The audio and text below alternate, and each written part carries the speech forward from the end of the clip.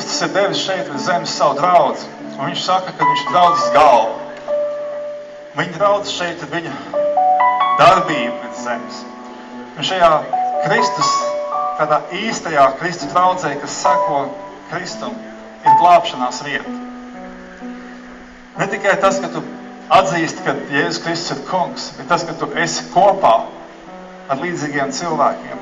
Tu esi viņa miesas sastāvdaļa, viņa ķermeņa daļa. Tev varēs iznest cauri. Noā dienās bija tā, kad Noā, es jums iedlasīšu mazu fragmentiņu par Noā. Kad Dievs redzēja, ka cilvēku ļaunums auga zemes virsū, un ka viņu sirdsprāta tieksmes ikdienas vērsās uz ļaunu. Esat dzirdējuši kaut kas tāds notiek šeit uz zemes?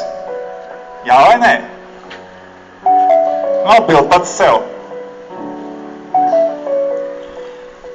Kad cilvēku ļaunums aug zemes virsū, un ka viņa sirdsprāta tieksmes ikdienas vērstas uz ļaunu, tad Dievam kļūst žēl, ka viņš cilvēku zemes visu ir radījis, un viņš savā sirdī ļoti noskuma un sacīs, iznīcināšu no zemes visus cilvēkus, ko esmu radījis.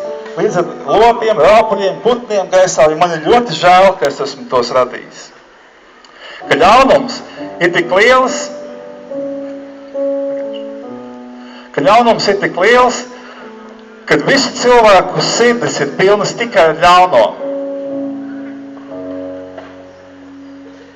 Tad Dievs nospried, ka šitais nedara. Tas ir jāpārtrauc.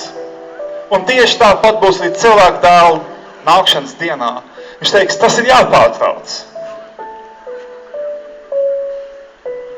Bet ir rakstīts, bet Noā bija taisns cilvēks Dieva priekšā. Un atrada labvēlību Dieva acīs. Noā, viens cilvēks. Un Dievs viņam sacīja, Noā, ik viens radības gals nāk manā priekšā, jo zeme ir pilna ar varas darbiem, ko tie dara. Tādēļ es viņus izdeldēšu kopā ar zemi. Taisi sev šķirstu, taisi sev laivu, kurā tu ieiet iekšā un glābties. Mīļie draugi, tieši tāpat ir tagad. Kad tev ir vieta, tev ir iespēja glābties. Tev ir Noā laiva, šķirsts, kurā tu ieiet. Un tā ir viņa svētā draudze.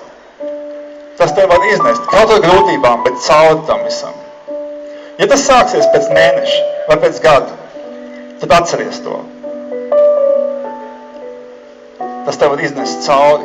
Tāpat kā Noā saviem tuviniekiem izgāja cauri visiem plūdiem. Viss tiek iznīcināts. Un tur ir pilnīgi skaidrs vēsturisks, ģeoloģiski pierādījumi tam, kas tā ir noticis. Zem bija savādāk pirms tam. Pirms tam nelija lietus.